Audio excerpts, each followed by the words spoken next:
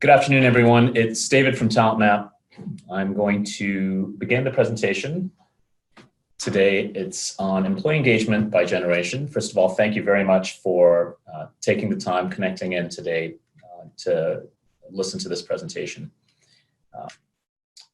As we begin, I'm going to start with a quick introduction of myself and Talent Map. So my name is David Ang. I'm the Vice President of Consulting and Engagement here at Talent Map.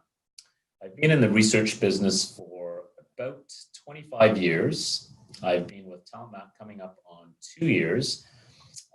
So I think I've outed myself that I'm a Gen Xer. And as we go through this presentation today, you'll see characteristics of Gen Xers as well as the other generations. So perhaps that will reveal a little bit about myself and my personal characteristics at work and so on and so forth. So what are we going to cover today?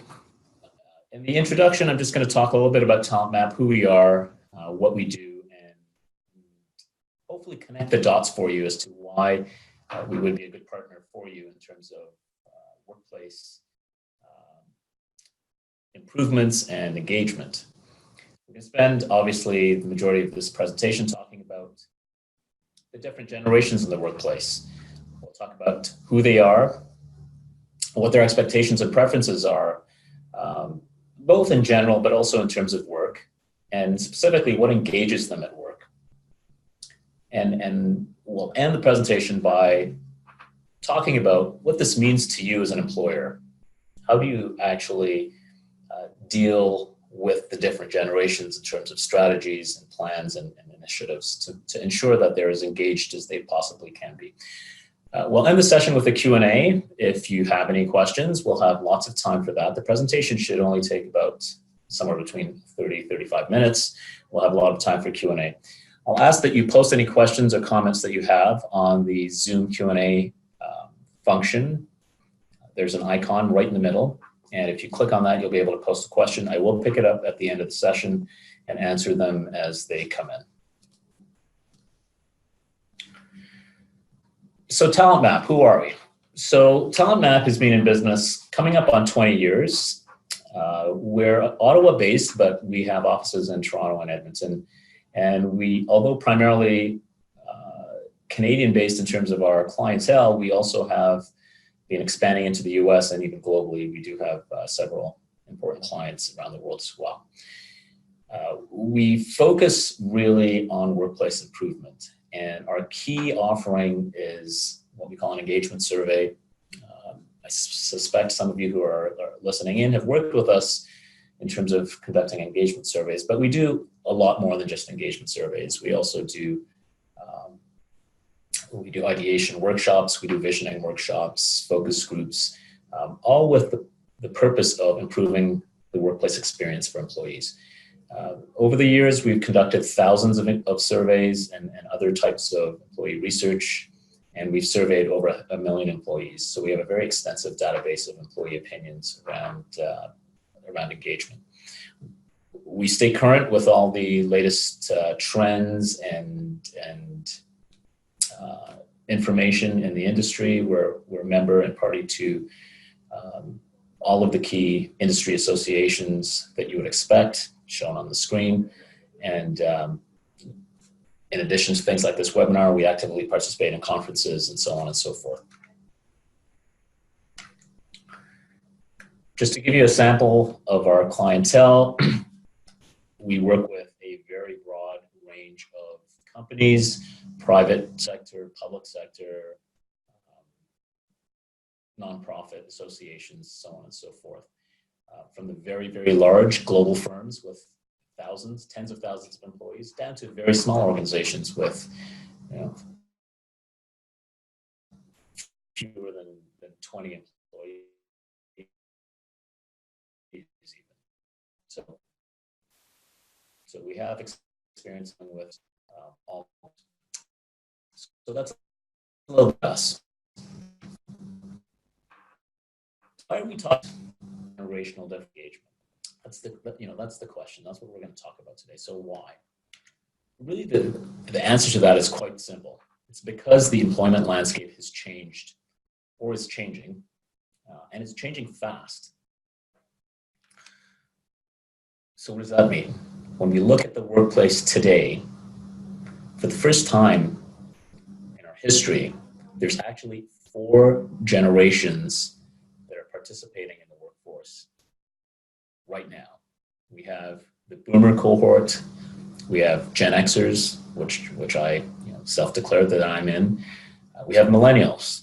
There's been lots of research about millennials. In fact, we did a presentation on millennials, a webinar about a year ago, I believe. And of course, now Gen Z has joined the workforce in the past few years. So you have 4 generations working together in the workforce. It creates a very interesting, not only a very interesting dynamic, given that you have employees potentially from 17, 18 years old up to in their 70s, potentially all working for the same company and the same organization. So in today's work setting, it wouldn't be a stretch to see a parent and a child working together in the same company. In fact, my wife's company, that's exactly what's happening. It's a family-owned company, and her brother and his son are working in the same company. So, sort of parent-child. You could even have grandparent, parent, and child working in the same company. Especially in family-owned companies, that's probably not that uncommon. So it creates an interesting dynamic, as I said. I think we can all generally agree that every generation is different. I'm not saying one's better or worse than another. They're just different. They're different in terms of their values, in terms of their priorities, in terms of their outlook on life, and even how they relate to or interact with others. I think we can all acknowledge that depending on the generation, these things are quite different. Well, if they're different, it definitely impacts how they view work and how they relate to work. So what engages one generation could be very different. I'm not saying it is different, but it could be different from a different generation.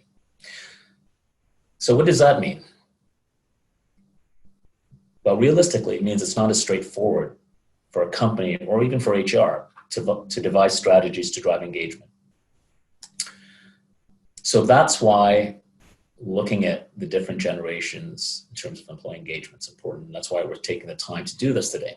So we'll take a look at these differences by generation in the coming minutes and how that might impact engagement.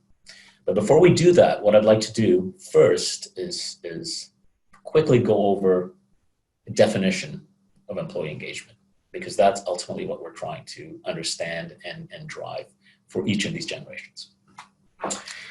So employee engagement, if you were to Google this, there's multiple definitions out there, but the definition that we at TalentMap use and believe in relates to the connection that the employee feels to their employer, to their organization. And this connection comprises 2 key components. There's the logical or intellectual connection, which you'll see on the left-hand side of this diagram or exhibit. And then there's an emotional connection. So that logical connection really revolves around very practical, tangible things like salary, working conditions, the tools and technology, equipment that you have, very practical things that most of us think of. And then there's that emotional connection that an employee has with their employer or with their company. Are they proud to work for the company? Is the vision or the values of the company aligned with their own? Is the type of work that they're doing inspiring to them? So when you have these 2 things working together, the logical and emotional, these connections working together, that's when you get an engaged employee. And that engaged employee behaves very differently from one that's disengaged or neither engaged nor disengaged. The engaged employee is very persistent, takes a lot of initiative, goes the extra mile. And why do they do this? They do this because they care, because they have that connection to the organization. And what's really important is it's an intrinsic behavior. It's not mandated by management or by executives. You cannot tell the employee to be engaged. They are engaged because they have that connection. So that's what we're striving for. And engagement's important to organizations and to companies because there's empirical evidence, research that shows that highly engaged organizations have very good business and better business outcomes than those that have high proportions of disengaged employees.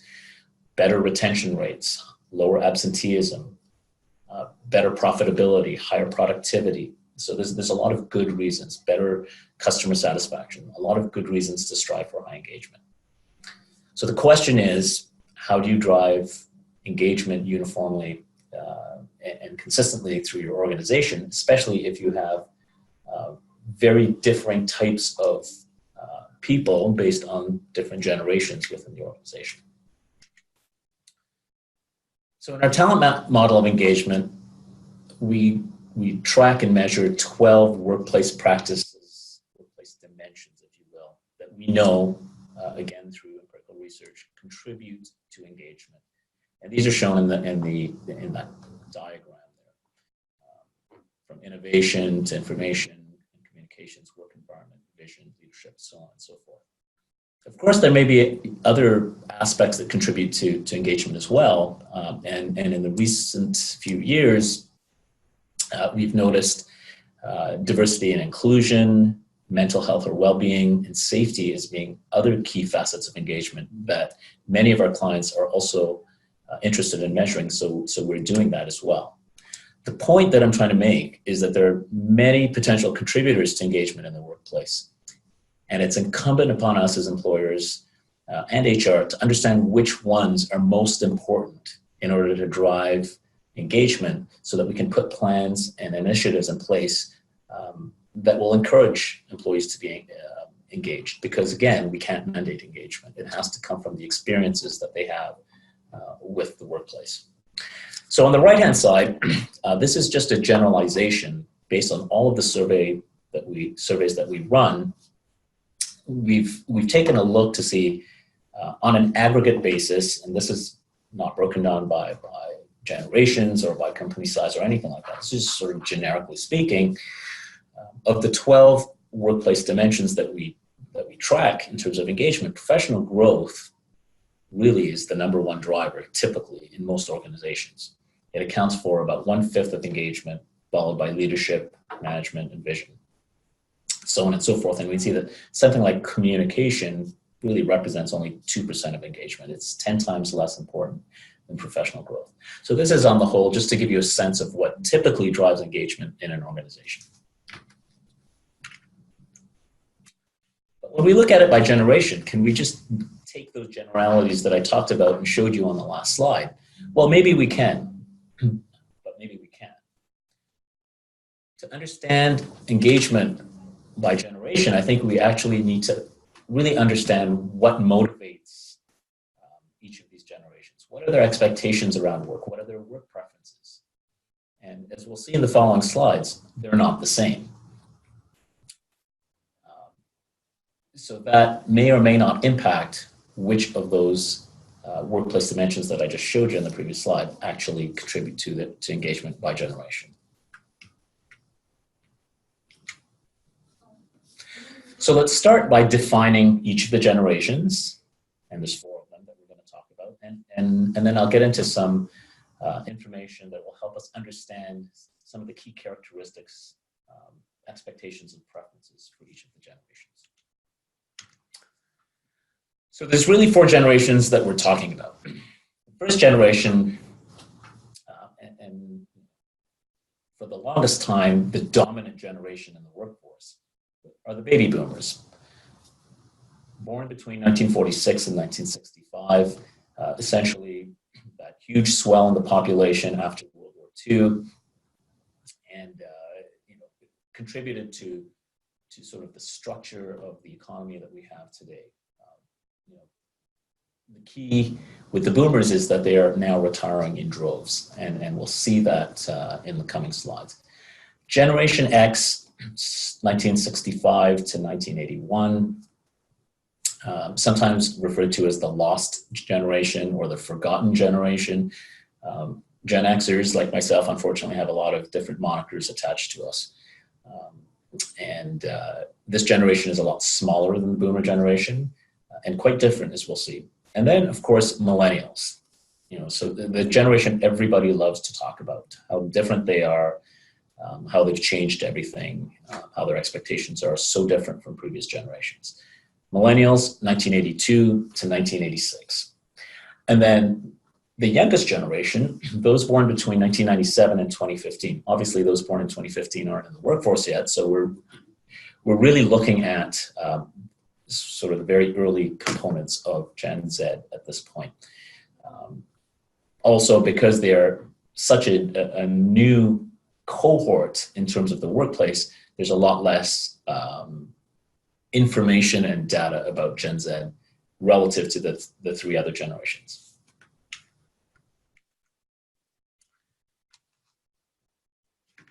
So right now there's 4 generations in play, and the challenge is the pace at which the relative composition of each of these 4 generations is changing the overall construct of the workplace. So for the longest time, as I mentioned previously, boomers represented the majority of the workforce. That started shifting when they started hitting retirement age. And as of 2015, in Canada, as well as in the US and most of Western Europe, millennials now compose the largest segment of the workforce. In Canada, it's about 37% as of 2015, and that's growing. Baby boomers are retiring in very large numbers.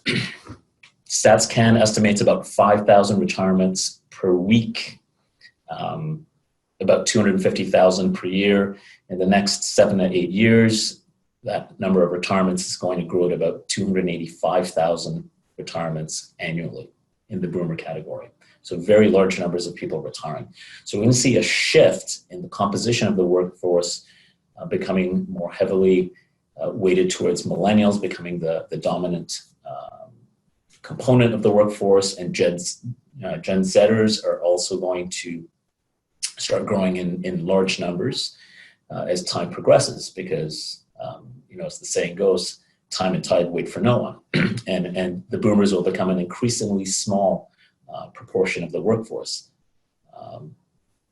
The numbers in the US are similar. If you look at the exhibit, those are US numbers, and we can see that the very distinct change from 95 to 2025, boomers going from 49% of the workforce down to 18%, and millennials in 2025 in the US will represent 42% of the workforce. In terms of sheer numbers, that quote I found quite instructive. 61 million people in the US will be in the Gen Z category. And that number is already bigger than the Gen X cohort, and 2/3 the size of the baby boomers. So very, very large numbers, and a major shift in the workforce is happening and will continue to happen in the next few years.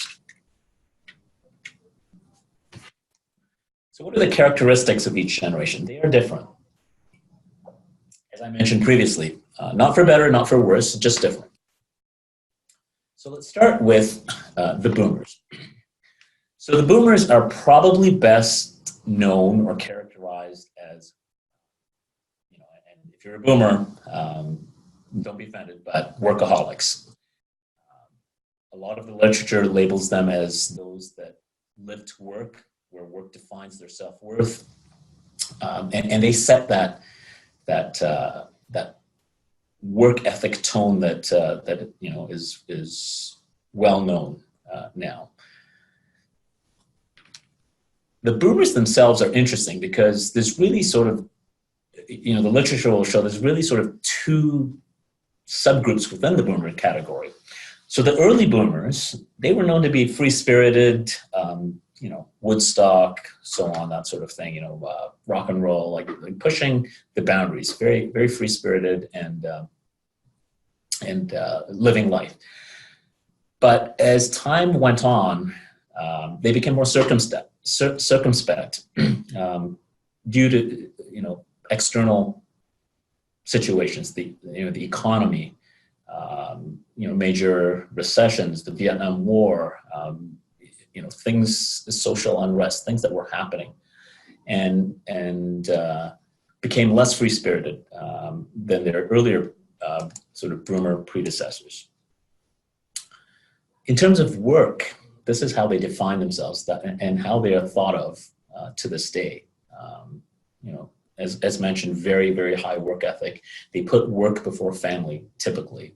This is a generalization, of course, but that's how they're thought of. They value structure, clear goals, very process-oriented. Some might say rigid in how they view work, hierarchical. That being said, they do want to make a difference, but they want recognition for it. And the other thing that they're very known for, very loyal to the employer. It's not unheard of, as a Gen Xer, you hear about your parents in sort of employment for life. They've been at a company from, they start their career at one place and they retire at the same place. That's virtually unheard of in today's workplace, work environment. So that's sort of how people think about the boomers, some of the key characteristics around boomers. My generation, Gen Xers. So many of the views and traits of Gen Xers have been influenced by social and economic circumstances. So as I mentioned earlier, Gen Xers have a lot of other sort of labels attached to them. One that's well known, latchkey kids. So what does that even mean? So I talked about sort of social and economic circumstances molding how Gen Xers came to their views. This was the first generation that experienced, broadly speaking, two working parents, being out of the home. Often they would come home from, the Gen Xers would come home from school, there'd be no parents, their parents would get home late. So they ended up becoming, and out of necessity, being very independent-minded. Also becoming very peer-oriented, relying on their peers, on people their own age group, because they didn't see as much of their parents as the previous generations. In terms of the external circumstances, things like hyperinflation, high unemployment in the late 70s, early 80s, for those of us old enough to remember that, interest rates at 20%, people don't even understand what that means today, the younger folks. Major recessions, things, very, very difficult external circumstances help mold a lot of the opinions of Gen Xers. So they tend to be, again, broadly stereotyping, cynical, disaffected compared to perhaps the boomers who are more optimistic about life. And they question authority, because it's authority, the powers that be, who created such difficult circumstances. At least that's what the Gen Xers view. Why are we having hyperinflation? Why is unemployment so high? Why are we at war with all these people? So they're questioning those in power. There's a lot of skepticism. On the good side, this generation tends to be very independent and entrepreneurial. A lot of Gen Xers are the ones who started a lot of the tech companies that we see today, and so on and so forth. Very results-oriented as opposed to process-oriented, and very eager to learn. And one of the things from a consumerism point of view, Gen Xers are known to crave status, materialism. So what about millennials, the group everyone loves to talk about today? So they're often labeled, and I'd say unfairly, to be quite frank, millennials are often labeled as being lazy or spoilt or entitled by older generations. Whether that's true or not is up for debate. I would argue that that's not really true. Millennials are actually quite confident and independent, and possibly they are best known for being idealistic. They can change the world, as opposed to just accepting what's there. They want to change things. They've got a global view, and this is shaped in part because they lived through globalization and the internet. That's when these things really took off, and it connected people around the world, and globalization in terms of the economy and so on. So that's why they've got that global view, and and value social change. They value experiences more than materialism, so that's a little bit different from what we saw with Gen X and boomers. The whole Starbucks experience is, I think, attached to the millennials. So in terms of work, loyalty to the company this is the generation where that break came. Because they observed many of their parents' generation, the Gen Xers or boomers, getting laid off during recessions or getting laid off because of globalization and jobs being shipped to different parts of the world and so on. So the feeling that if the company's not loyal to me, why should I be loyal to the company, really took off with millennials. For Gen Zs, very interesting. This is the generation that's obviously tethered to technology.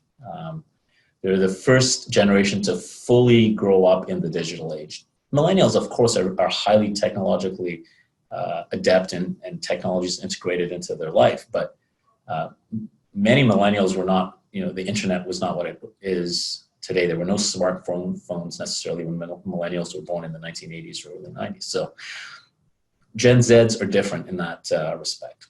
They grew up completely in the digital age. It's affected how they communicate. Technology is a means of connection as opposed to a means of productivity, which is how boomers typically view tech. They like tech, but they use it mostly to improve productivity as opposed to this connectivity. As a result, Gen Zs tend to have less personal interactions, one-to-one. I think of my son, who's almost 18. He's a Gen Z.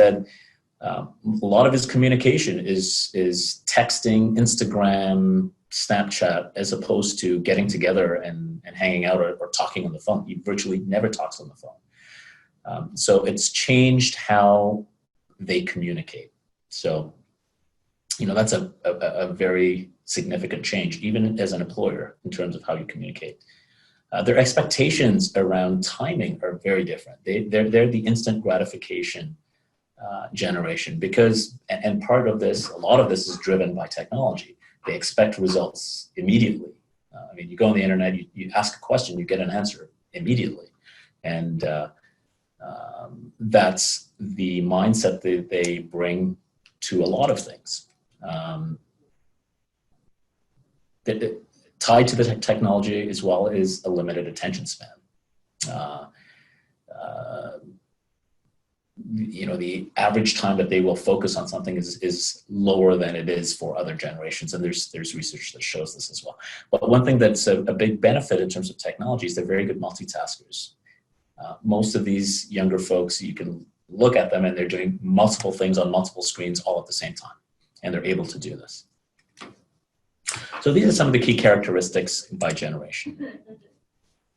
So let's look at the expectations and preferences in terms of work for each of the generations. So boomers, and this is tied to the characteristics that we just looked at. Really, a lot of what they're looking for is structure, consistency, clarity around what they're doing. Importantly, in terms of promotions, they are the generation that believe in, I've got the experience, I should be promoted. On-site work, the typical traditional on-site office is important to them. Communication is face-to-face or over the phone, so interpersonal as opposed to digital. They do value teamwork, working together, and increasingly in today's world, things like health benefits, retirement plans are important because they're approaching retirement age. Technology, importantly, as I mentioned on the previous slide, is primarily viewed for productive purposes, not connectivity. For Gen Xers, a little bit different, work-life balance. This is the generation that brought in the concept of work-life balance, that I don't live to work, I work to live, is sort of what Gen Xers' view of work is. But they look for meaning in their work, and they want to have input into their work. So it's not that they don't want to work hard, but they want to have value in what they're contributing to. Interestingly, when you talk about promotions, advancements, and this is tied to professional growth, it's not age and seniority, it's merit. So just because someone's been in a company for 25 years doesn't mean that they should get the promotion. It should be based on what they're doing and their contribution. If we looked at the characteristics of the Gen Xers, we talked about the fact that they're skeptical of authority and so on. So they don't like to be micromanaged. They just want to be able to do their job and do it well. In terms of millennials, this generation is different in terms of their expectations around work. So it's really, a lot more is about alignment to what the company, what the employer, what the work stands for. So social and environmental responsibility is important to this generation. They're the generation that started and is leading, awareness and the push towards better environmental standards and regulation and so on and so forth. And everyone's gotten on board with that, but really it's the millennial generation that started this. They continue, like the Gen Xers, to value work-life balance, but really it's about learning and growing and how they can contribute positively. It's not necessarily just about money for this group. They're not just in there for themselves to make a buck. They value collaboration, working together, and ethics and that sort of thing is very, very important to millennials. In terms of Gen Z, much newer cohort, so there's again less information around this generation, but it will develop over time. Really, when we look at Gen Z, they want purpose in their work. It has to be meaningful. Flexibility is important. Option to work remotely is important, as it is with millennials as well. That the traditional office space is not important to them. Communication is digital, more important, and we saw that that's the opposite of the boomers that prefer interpersonal. And they want constant feedback. That goes back to the characteristic that we talked about in terms of the timely. They expect timely, very quick turnaround in terms of timing, and that goes with feedback as well. And flexibility. They don't want to be boxed in, don't want to be rigid in terms of their work expectations. So what actually engages the different generations? Let's look at the boomers first. So boomers really want to feel that they can contribute their expertise, so their ideas matter. As many of the boomers are now in mid to upper senior management positions, they want, they take their responsibility to other employees quite strongly, and it's an important component of their work experience, and that will engage them. They also like empathy and caring. That goes back to their value of relationships. So the whole aspect of management is very important to them in terms of if they are a manager to be responsible, to empathy, frequent interactions, and in-person interactions, phone or in person. And the company's vision, mission, purpose, very important as well. And as they get older and move towards retirement, flexible work arrangements are important as well, because perhaps they don't want to be working 45 hours a week or 40 hours a week anymore. They'd like some sort of flexibility to transition into retirement. And finally, given the expertise and experience they have, they would like to be recognized for it. In terms of Gen X, independence in the workplace is key. Goes very much with their character that, they just want to be able to do their job and do it well. They also find opportunities to learn and grow very important to them. So that's tied to, if you think about professional growth in the context of engagement, this is where, professional growth opportunity is very important to Gen Xers to continue to better themselves. And of course, work-life balance. They started this movement of work-life balance, and it continues to be important to them. In terms of technology, Gen Xers are open to it as a supplement to the work environment and work tools. And social team building activities are important as well. Millennials, a little bit different from the other two generations. Things like career path and job crafting is very important because they want to feel that they've got, they're still relatively young, somewhere to go. So that's again tied to professional growth. But then you'll see altruistic components to this, to what engages them at work. Corporate philanthropy, philanthropic opportunities are very important to them. Things like respect and innovation, very important to them. So they're not just looking out for themselves. They're looking to better not only their own situation, but the group at large, the company at large, and society at large. And they're looking for companies and employers that will offer them these opportunities, not only to develop the bottom line for the company, but to develop themselves. And they would like to have input into that. In terms of Gen Z, purpose and shared values are important, that the employer is aligned to their own value system. Very clear expectation about their roles. This is a very young generation, so knowing what it is expected of them at their place of employment is very important. But that being said, personalization of the workspace is very important. Workplace is very important as well.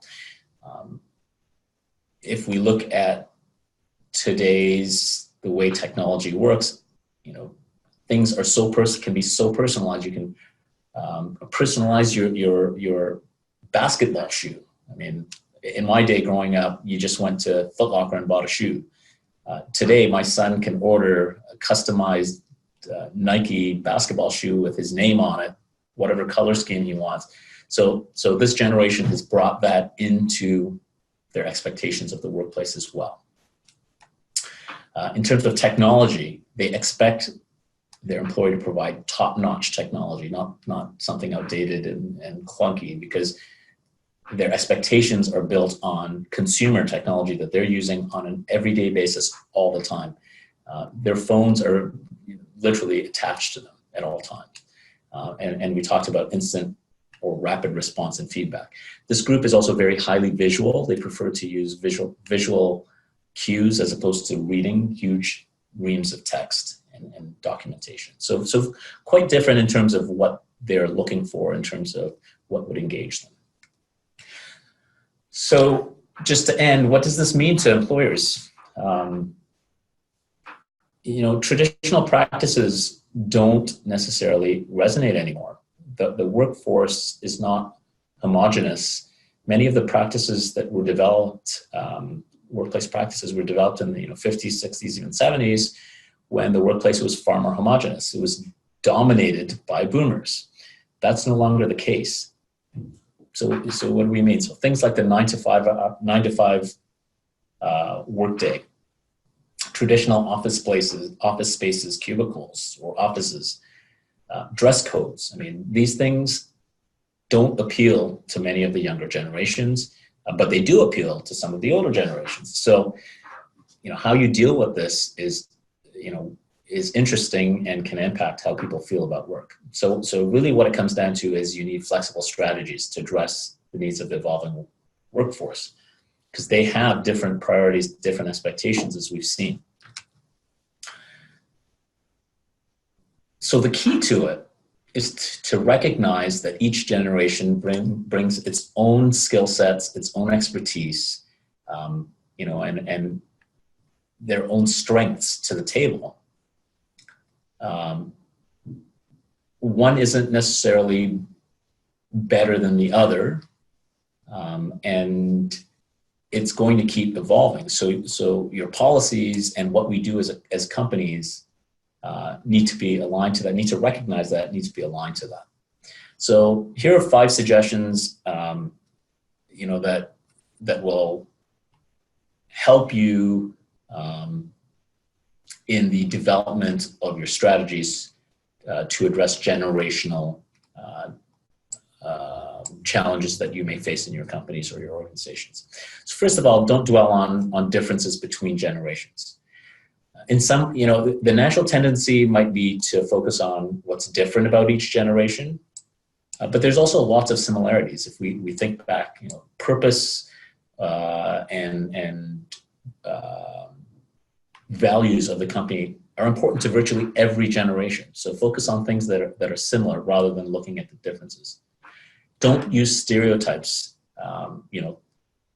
typically, all millennials are lazy, or all boomers are workaholics. I mean, those are not useful stereotypes, and they may not be true in the first place, or across everyone. So all you're going to do is alienate employees if we develop plans based on stereotypes. So look for commonalities as opposed to differences. Build collaborative relationships. What do we mean by this? Get employees who are of different generations in your company working together. Bring them together, both in work and non-work related settings. Helps to build relationships, helps the different generations to understand each other on a personal level, which will help on a working level as well. Study your employees. This is where a company like TalentMap can be of help to you. Things like surveys, an annual survey or a biannual survey with your employees to better understand their preferences as it relates to communications, as it relates to the different aspects of engagement. And when you can understand these different aspects of your employees and what they think and what they feel, then you can build better strategies around that. Create opportunities for cross-mentoring, cross-generational mentoring. What does this mean? The natural tendency is to say that, okay, the older employees, so boomers, can pass on their wisdom to the younger generations. And that's true in many, many ways. But there's also opportunities to go the other way, where, for example, Gen Zs who are so tech savvy can work with older generations on effective ways to do things digitally. What's the best practices, most effective ways? So there's opportunities that go both ways, and we should look at that, not just view it as a one-way street. And finally, consider life paths. So this is similar to, we talk about career paths. I think we all know what that is. But when we talk about life paths, it's really about where are each of these types of employees in their life cycle. There are generalities that we can work with, but it's good to understand, even if you're a boomer, maybe you're not planning on retiring in the next 5 years. Maybe you plan to work till you're 70 or 75 because, for whatever reason. So we can establish plans and programs to focus in on where different employees are in terms of both their career and their life path, in terms of their life cycle. This is where aspects of engagement like professional growth or personal performance feedback, work-life balance, or teamwork can come into play when you, in that study your employees component. You can build in metrics to help understand where people are in their different aspects of life and career. So finally, view the evolving workforce as an opportunity, not a threat. There's nothing we can do about it. It's the demographic that's changing, that's aging. As I mentioned, time waits for no one. So the boomers will get older, even the Gen Zs will get older, and then there's the generation behind them that will come in, and their preferences and experiences will be different. So we have to keep evolving. We're at a very interesting time in the workforce because we actually have four fairly significant generations in the workforce at the same time. So I'll end with this quote here. There's an opportunity and potential to learn from one another, to complement each other and share their respective knowledge and expertise. Each generation brings a unique set of skills that others can benefit from. So that's where we should view the lens of the generational differences in terms of workplace and engagement, that it's a great opportunity to improve as opposed to a threat. So thank you for your time. I'm happy to take any questions that you may have at this point. And if you do, please post them to the Q&A and I'll take them in the order that they come in.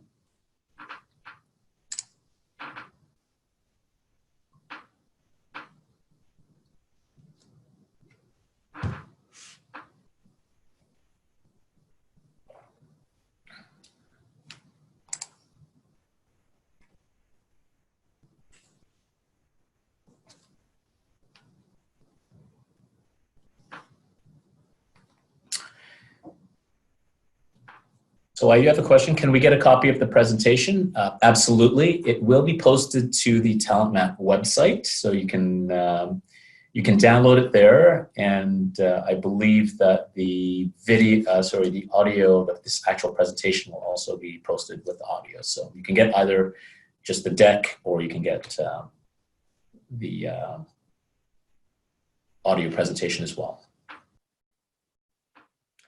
Any other questions? All right, then, if there's no other questions coming in. If there's no other questions, thank you for your time. I will close the presentation, the webinar, and as mentioned in the previous response to the previous question, the presentation will be posted on Talent Map's website, so feel free to go to our website, talentmap.com, and you'll be able to download the presentation if it's of interest. Thank you very much for your time, and I hope all of you have a great rest of the afternoon.